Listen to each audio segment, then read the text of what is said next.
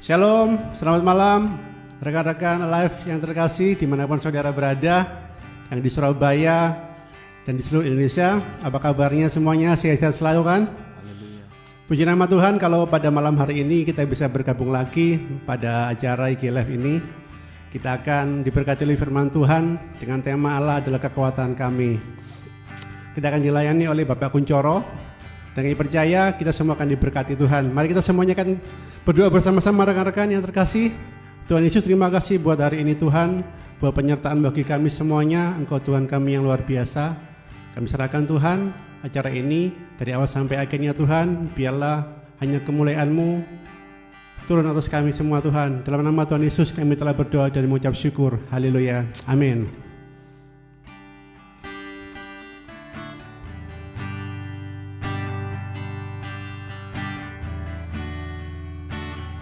Hanya dekat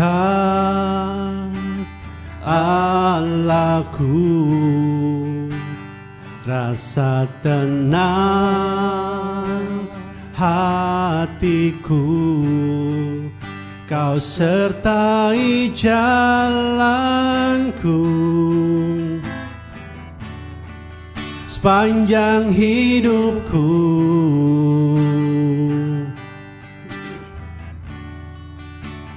Hanya dekat padamu ada kekuatan baru. Kaulah perlindunganku, keselamatanku.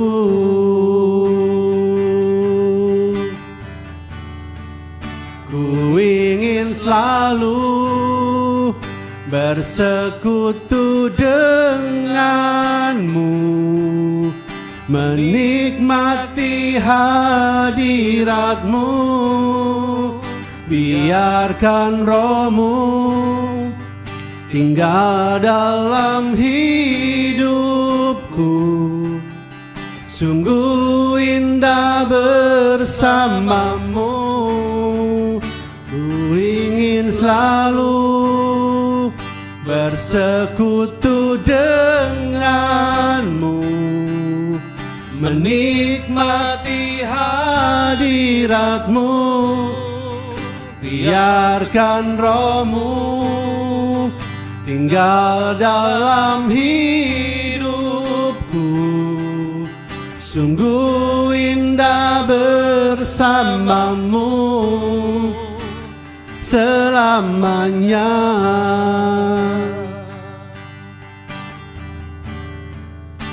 Hanya dekat Allahku, rasa tenang hatiku, Kau sertai jalanku sepanjang hidupku.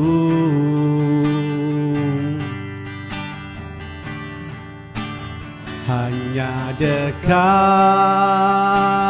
padamu ada kekuatan baru. Kaulah perlindunganku, keselamatanku. Mari sama-sama katakan, ku ingin selalu bersekutu denganmu, menikmati hadiratmu. Biarkan rohmu tinggal dalam hidupku. Sungguh indah bersamamu. Ku ingin selalu bersekutu denganmu, menikmati hadiratmu. Biarkan rohmu tinggal dalam hidupku. Sungguh indah bersamamu, sungguh indah, sungguh indah bersamamu, sungguh indah, indah bersamamu. Sama-sama katakan selamanya.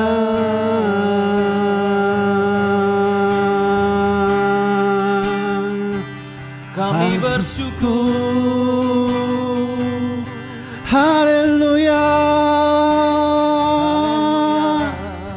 bersamamu Tuhan. terima kasih Yesus. Terasa aman, Haleluya, rasa tenang hati kami. kami sembah Dekatmu Tuhan, Haleluya, haleluya.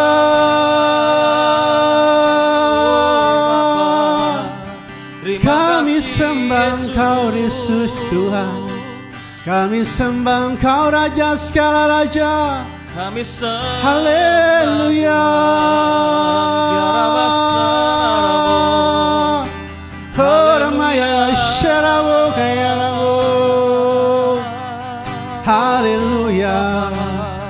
Haleluya. Terima kasih Yesus, segala kekuatan.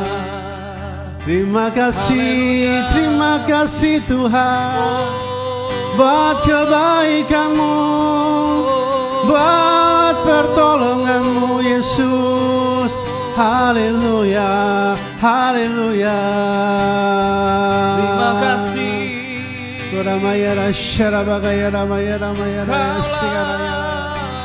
Haleluya. Haleluya.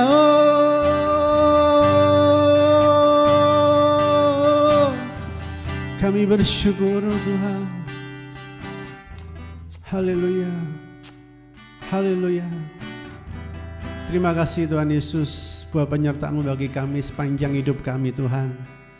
Engkau Allah yang memberkati kami, Allah yang mengampuni setiap dosa kami Tuhan, Allah yang menyelamatkan jiwa kami Tuhan.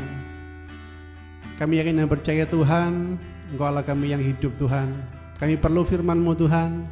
Saat ini kami mau duduk diam Tuhan di hadapan-Mu Tuhan. Biarlah firman-Mu yang akan memampukan kami Tuhan di dalam kehidupan ini Tuhan. Firman-Mu yang membawa damai sejahtera, firman-Mu yang membawa kemenangan, firman-Mu yang membawa kesembuhan bagi kami semuanya Tuhan. Kami serahkan Tuhan penyampaian firman-Mu ini Tuhan, hanya di dalam nama Tuhan Yesus kami telah berdoa dan mengucap syukur. Haleluya. Amin. Ya, shalom Pak Kuncoro. Halo, halo. Halo, shalom. Apa kabarnya Pak Kuncoro? Sehat-sehat selalu? Yes. Puji Tuhan. Oke Pak Kuncoro, saya silakan bisa langsung untuk menyampaikan firman Tuhan bagi kita semuanya. Silakan Pak Kuncoro. Luar biasa. Selamat malam teman-teman sekalian. Malam. Kita hari ini akan perlu satu bagian daripada firman Tuhan, yaitu yang diambil dari kitab Mazmur pasal 34 ayat 7. Demikian saya bacakan firman Tuhan. Malaikat Tuhan berkemah di sekeliling orang-orang yang akan dia lalu meluputkan mereka. Mari kita ambil datang kepada Tuhan di dalam doa. Bapa yang kerajaan surga, kami mengucap syukur bahwa kami malam ini boleh berjumpa dan kami boleh belajar daripada firman yang Kau sampaikan kepada kami. Tuhan, ini adalah salah satu janji yang amat penting yang diberikan kepada kami.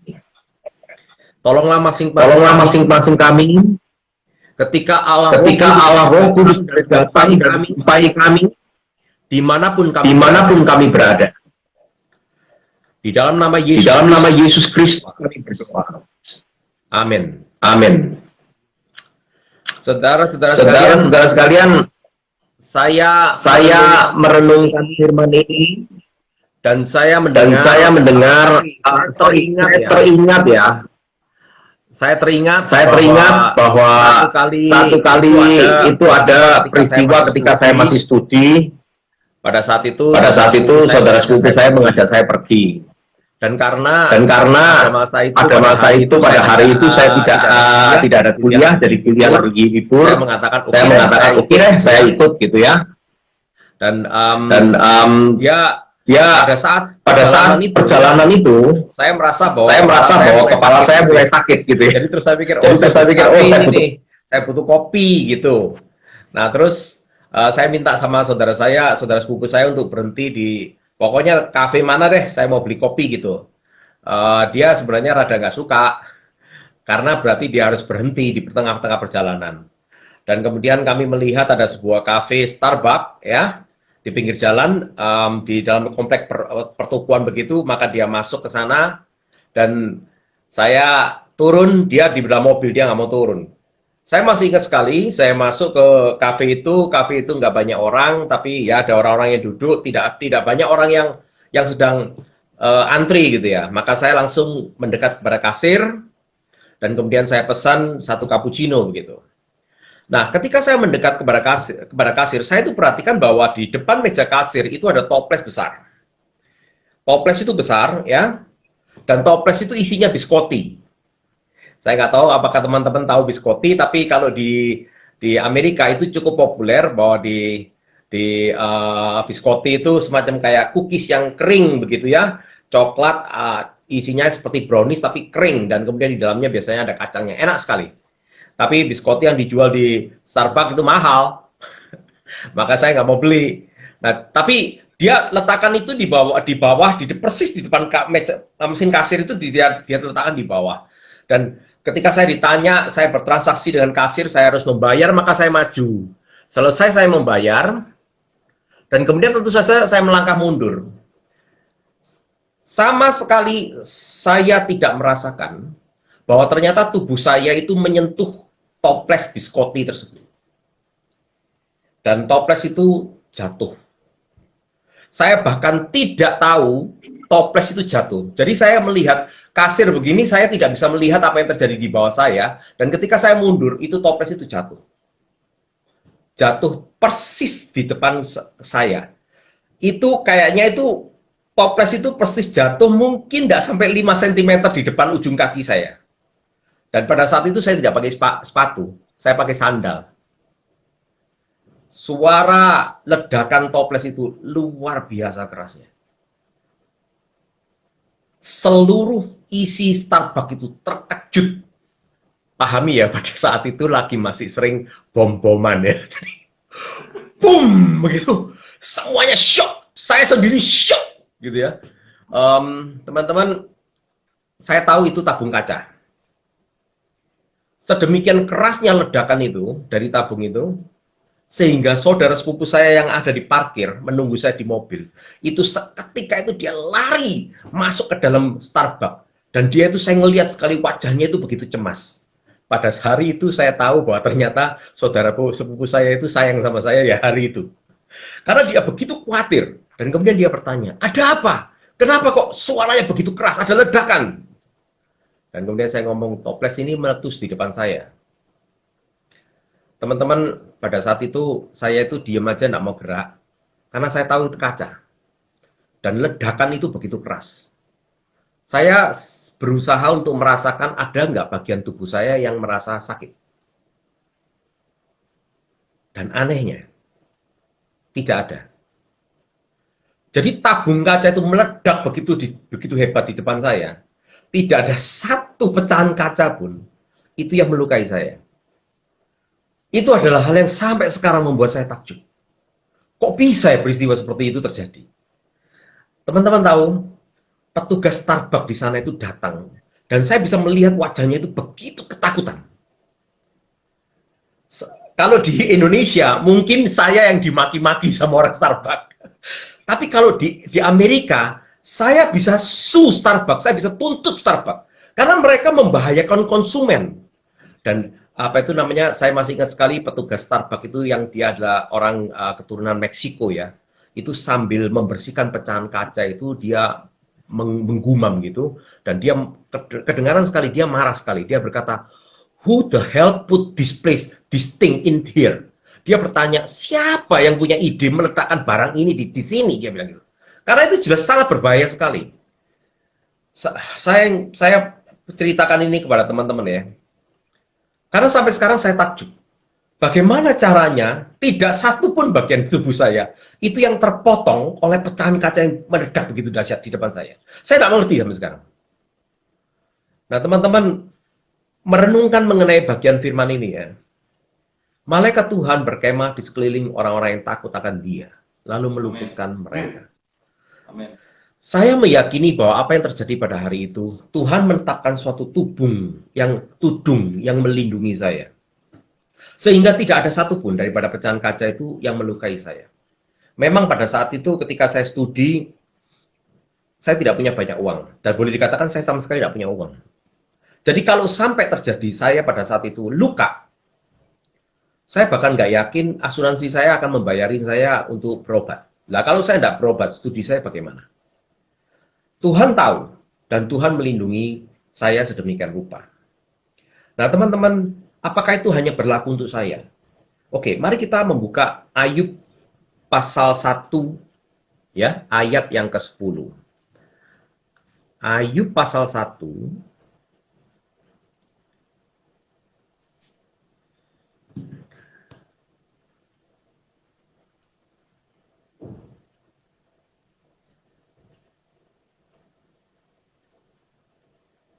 ayatnya yang ke-10.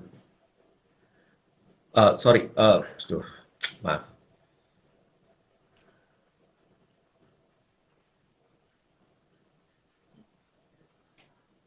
Di situ terjadi pembicaraan antara iblis dengan Bapa ya. Lalu kemudian pada saat itu iblis itu hendak mencobai Ayub. Lalu jawab iblis kepada Tuhan, apakah dengan tidak mendapat apa-apa Ayub tetap akan takut akan Allah, gitu ya. Lalu kemudian iblis berkata lagi pada pasal 1 ayat 10. Bukankah engkau, yaitu Allah, yang membuat pagar sekeliling dia dan rumahnya serta segala yang dimilikinya. Apa yang dikerjakannya telah kau berkati dan apa yang dimilikinya makin bertambah di negeri itu. Nah teman-teman, kita belajar dari dua bagian firman Tuhan ini, bahwa ternyata meskipun kita tidak bisa melihat, tapi sebenarnya Bapa kita itu memberikan kepada kita suatu pagar perlindungan di sekeliling kita yang melindungi kita. Amin. Ini adalah suatu janji yang sungguh indah sekali, suatu janji yang sungguh-sungguh luar biasa. Kalau teman-teman memperhatikan, kita kembali ke Mazmur pasal 34 tadi ya.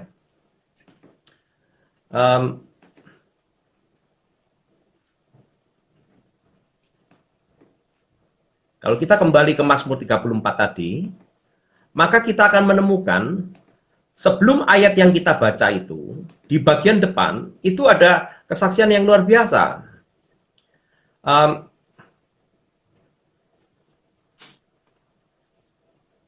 Di dalam ayat yang keempat, dikatakan bahwa pas Mazmur 34 ayat 4, aku telah mencari Tuhan lalu ia menjawab aku dan melepaskan aku dari segala kegentaranku.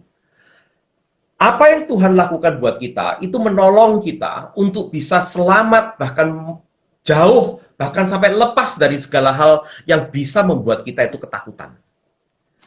Ini janji yang luar biasa. Mari kita membaca lagi satu kali lagi ya. Matius 18. Ini adalah bagaimana Tuhan itu menunjukkan kepada kita sebuah realita yang tidak kita lihat, tetapi realita itu ada karena Tuhan memberitahukannya kepada kita.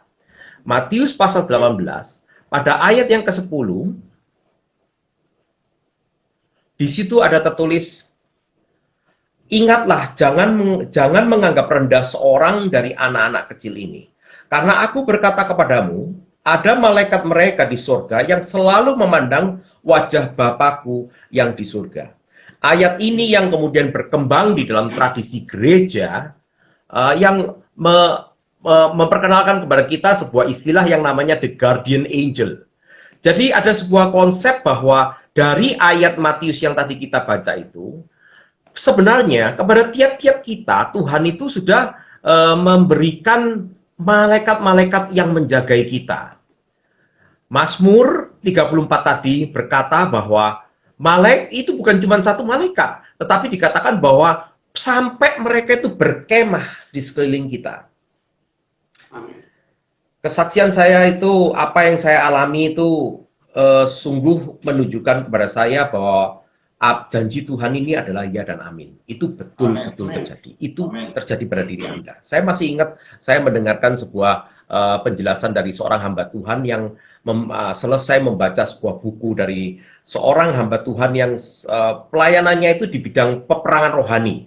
Sorry, kalau dibilang peperangan rohani kok gimana ya? Lebih tepatnya adalah dia itu pelayanannya itu adalah pengusiran setan begitu ya. Dia itu biasa mengusir setan. Dan kemudian hamba Tuhan ini memberitahukan kepada kita melalui bukunya sebuah realita bahwa seringkali kita itu tidak tahu. Kita merasa kita jalan di dalam kehidupan kita, kita bangun pagi biasa, kemudian kita tuh makan, kita kerja atau kita sekolah, kemudian kita pulang nonton TV, tidur enak, seakan-akan tidak ada masalah. Padahal sebenarnya di dalam alam rohani yang dilihat oleh hamba Tuhan itu terjadi peperangan yang terus-menerus, bahwa kuasa-kuasa kegelapan itu tidak suka terhadap anak-anak Tuhan dan selalu ingin melukai anak-anak Tuhan. Tetapi malaikat-malaikat Tuhan yang sudah diperintahkan untuk menjagai kita akan terus memerangi mereka sedemikian rupa sehingga tidak ada perkara buruk yang terjadi pada diri kita. Amin. Nah, ini ada suatu hal yang luar biasa, sebuah kesaksian yang luar biasa. Nah, sampai di sini mungkin di antara teman-teman ada yang bertanya. Kalau betul begitu, kenapa sih anak-anak Tuhan juga banyak menderita? Kenapa sih anak-anak Tuhan juga ada yang mengalami masalah? Saya secara pribadi cukup terpukul, shock, karena barusan dalam minggu ini, seorang pengusaha yang dulunya saya bekerja di bawah dia pada saat saya masih belum menikah, tiba-tiba dikabarkan terkena COVID. Seorang pengusaha yang kaya, yang sukses, salah satu dari orang yang terkenal di kota ini, tiba-tiba bisa kena COVID. Dan bukan hanya itu saja, tiba-tiba meninggal. Orangnya begitu energik, begitu kuat, begitu sehat, meninggal. Saya melihat rekaman dia terakhir, ya, rekaman dia terakhir, dia masih sambil karaoke nyanyi-nyanyi bersama dengan sahabat-sahabatnya gitu. Nah, teman-teman, seringkali orang-orang mempertanyakan mengenai janji Tuhan di dalam apa itu perlindungan Tuhan seperti yang kita baca di dalam kitab Mazmur 34 ini dengan mengutip peristiwa-peristiwa demikian. Nah, untuk itu ya, saya ingin teman-teman untuk memiliki perspektif yang sebenarnya kenapa kok hal seperti ini bisa terjadi. Di dalam Roma 8 ayat 28 ada tertulis begini. Kita tahu sekarang bahwa di dalam segala hal Allah turut bekerja. Di dalam segala hal, baik buruk, Tuhan kita turut bekerja. Untuk mendatangkan kebaikan bagi mereka yang mengasihi Dia, yaitu mereka yang terpanggil sesuai dengan rencananya. Teman-teman, memang betul Tuhan memberikan kepada kita perlindungan. Tuhan memastikan bahwa kita aman dan safe. Itu sudah ya dan amin, itu sudah janji yang Dia berikan. Saya tadi sudah menyebutkan kepada Anda 3 bagian daripada firman Tuhan. Ya. Oleh karena itu ada sebuah kebenaran yang pasti. Namun bila masalah terjadi pada hidup Anda, maka teman-teman percayalah tentang satu hal, bahwa Tuhan tidak pernah meninggalkan kita. Dia ada di dalam masalah-masalah itu, dan bahkan Dia menggunakan masalah-masalah itu untuk mendatangkan kebaikan bagi kita. Amin. Satu ya, alasannya. Kalau kita membaca di dalam kitab 1 Petrus 4 ayat 12, 17-19. Di mana di dalam 1 Petrus itu kita diajarkan mengenai sebuah realita. Kitab 1 Petrus itu mengajarkan kalau orang-orang benar itu hidupnya menderita atau kita harus mengalami penderitaan. Itu bisa terjadi karena memang penghakiman itu harus dimulai dari rumah Tuhan terlebih dahulu. Jadi kalau mau jujur ya, saudara-saudara kita di dalam Kristen itu tidak semuanya hidupnya itu sesuai dengan firman Tuhan. Kalau mau jujur, kalau Anda jujur, saya juga jujur, ya. Kita juga melakukan kesalahan-kesalahan. Orang Kristen itu luar biasa kok. Karena kita tahu Tuhan kita itu maha pemaaf gitu ya. Jadi terus kemudian kalau mau berbuat dosa, Tuhan sekali ini aja lo ya. Gitu. Nanti sebelum aku mati aku bertobat, janji Tuhan. Nggak bener itu. Nah, Anda perhatikan apa yang terjadi pada Daud. Daud berbuat dosa. Jangan salah loh ya. Daud itu Tuhan ngomong loh. Ini adalah orang yang after my own heart. Itu ada satu pribadi yang dekat di hati Tuhan. Tuhan suka sekali sama dia. Tetapi Daud melakukan dosa. Dia menggauli istri dari anak buahnya sendiri. Dan bukan hanya itu, dia kemudian membunuh anak buahnya itu. Demi apa? Supaya dia tidak malu. Oh, Tuhan itu adil. Meskipun dia mencintai Daud, Tuhan adil. Apa yang terjadi? Tuhan memaklukkan hukuman bagi seluruh Israel dan bahkan keluarga Daud. Daud sampai harus melarikan diri daripada istananya, hampir dibunuh oleh anaknya sendiri. Saudara-saudara sekalian, kalau kita mengalami masalah, mungkin itu adalah Tuhan kasih tahu sama kita, evaluasi diri. Apakah engkau sudah berbuat dosa? Tuhan menginginkan kita berhenti. Ya. Kedua, Tuhan mengajarkan kepada kita bahwa kita juga baca di dalam 1 Petrus 1 ayat 6 sampai 7, Anda bisa temukan itu. Mazmur 66 ayat 10 atau dari Nabi Zakaria 13 ayat 9. Tujuan yang kedua daripada kenapa Tuhan mengizinkan masalah terjadi pada hidup kita, itu karena Tuhan memang ingin memurnikan iman kita. Digambarkan bahwa emas itu kalau mau dimunculkan yang murninya, supaya campuran-campurannya yang itu kelihatan dan bisa dibuang, itu harus dibakar. Dan dibakar itu tidak enak, dibakar itu sakit. Tetapi kualitas Anda yang sesungguhnya itu justru muncul. Kemurnian Anda, iman Anda yang murni itu dimunculkan oleh karena penderitaan tersebut. Dan Tuhan Yesus mengajarkan juga di dalam kitab Yohanes pasal 15 ayat 1 dan 2. Tuhan menunjukkan kepada kita sebuah ilustrasi tentang pohon anggur. Dia berkata bahwa dia itu adalah pokoknya dan kita ini adalah ranting-rantingnya. Dan Bapa di surga itu adalah pengusahanya. Ya, petaninya, dan Bapa itu akan memutuskan ranting-ranting yang tidak berbuah, ranting-ranting yang menimbulkan masalah buat kita, yang membebani hidup kita. Oleh Tuhan itu seperti pruning, jadi dipotong, dan potong itu sakit, tetapi potong itu perlu. Supaya apa? Supaya kita bertumbuh, supaya kita menjadi lebih sehat, supaya kita menjadi lebih kuat, dan supaya kita itu berbuah. Ini hal yang kedua yang bisa terjadi. Hal yang ketiga, mengapa Tuhan mengizinkan bahwa janji perlindungan itu seakan-akan bisa ditembus? Ya. Pengkhotbah 3 ayat 18 mengajarkan kepada kita, Allah mengizinkan pengujian itu terjadi pada diri kita supaya kita itu tahu siapa diri kita. Kalimat yang digunakan pengkhotbah itu luar biasa. Bahkan dia berkata bahwa kita itu tidak lebih daripada binatang sebenarnya. Kadang Tuhan itu perlu untuk menyadarkan orang Kristen kalau kita itu sudah terlalu sombong. Kita merasa kita itu mampu, kita merasa kita itu pinter, kita merasa kita itu kaya. Maka Tuhan akan mengizinkan kepada kita, oke, kamu merasa semuanya itu karena engkau. Saya kasih kesempatan, dilepas sungguhan kita untuk berdiri sendiri. Dan pada saat itu, kita betul-betul akan terkaing-kaing. Sakit. Kita barusan sadar, oh ternyata saya ini kemampuan saya cuma sampai segini. Oh batas saya cuma sampai di situ. Nah, hal-hal ini Tuhan izinkan terjadi pada hidup kita. Poin yang keempat, yang mungkin Tuhan izinkan penderitaan itu mengalami datang kepada kita, karena Tuhan sedang melatih kita supaya kita kuat untuk maju di dalam peperangan rohani, supaya kita itu menjadi kuat. Teman-teman, di dalam Mazmur 144 ayat 1 Daud berkata, Tuhan yang melatih tanganku dan jariku untuk berperang.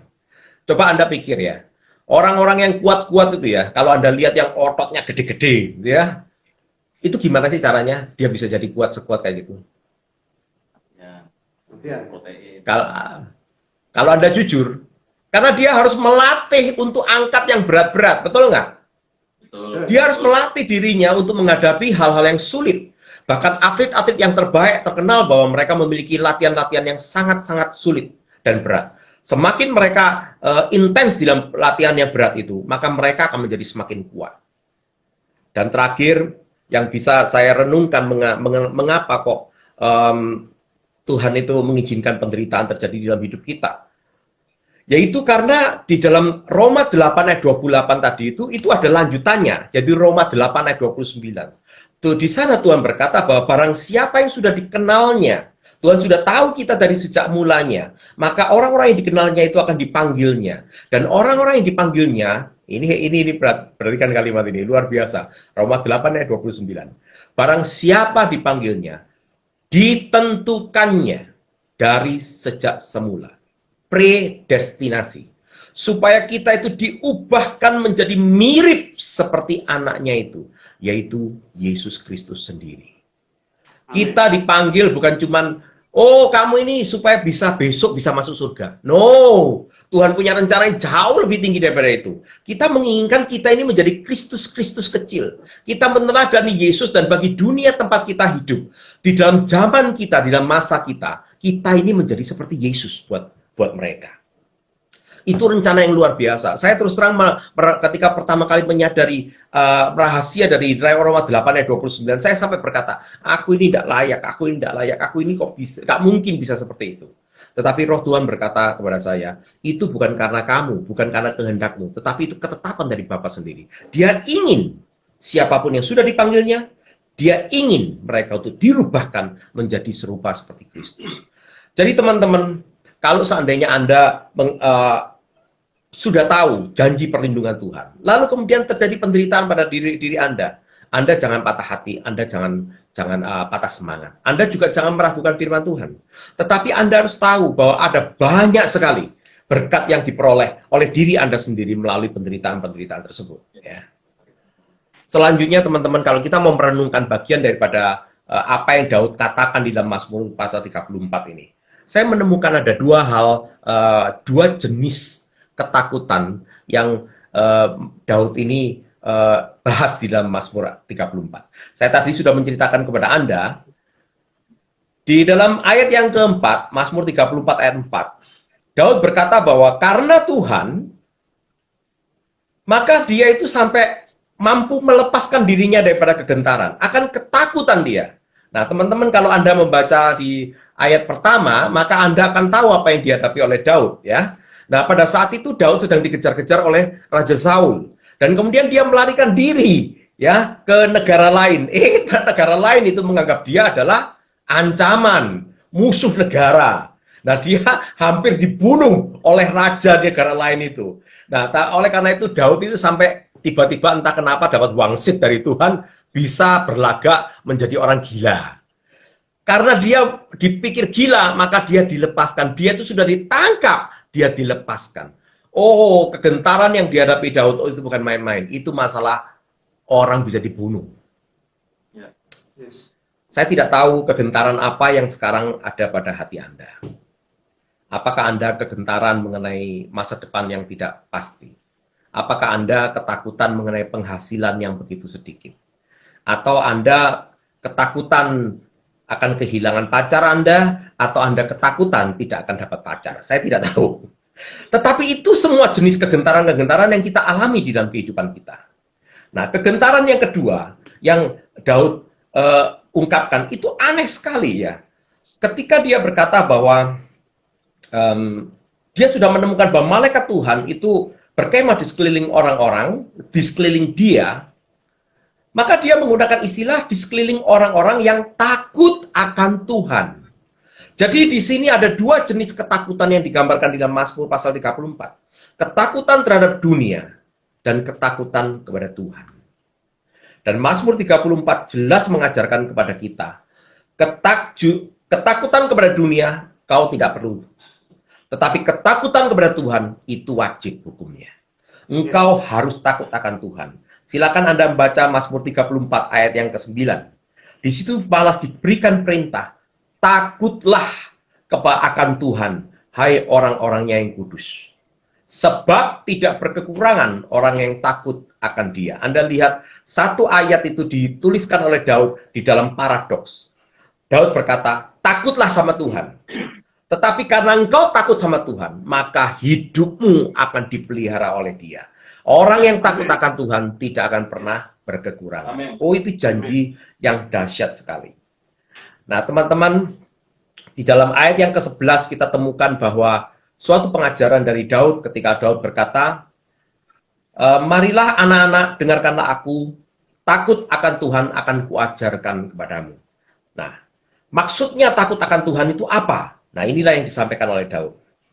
Ayat 12, siapakah orang yang menyukai hidup, yang mengingini umur panjang untuk menikmati yang baik? Maka jagalah lidahmu terhadap yang jahat, dan bibirmu terhadap ucapan-ucapan yang menipu. Dua hal di sini. Yang jahat itu mengandung maksud adalah engkau sengaja melukai orang lain. Engkau sengaja menyakiti orang lain. Itu suatu hal yang tidak berkenan bagi Tuhan. Dan yang kedua adalah menipu. Berarti engkau tidak jujur, engkau berdusta. Itu Tuhan tidak suka. Nah, ayat ke-14.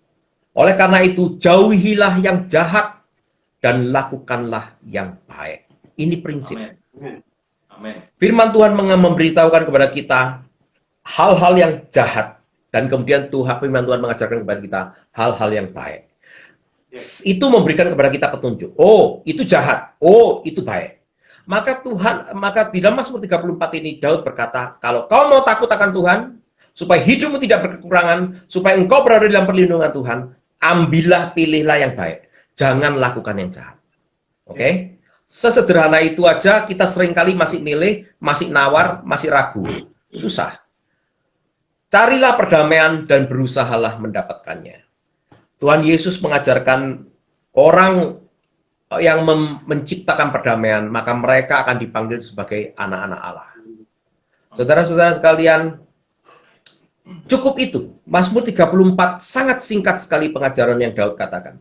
Tapi Daud berkata dan menunjukkan kepada kita, perlindungan Tuhan itu menghapuskan segala macam ketakutan kita, kegentaran kita terhadap dunia dan kuasa-kuasa yang lain. Mereka tidak mampu menyentuh kita.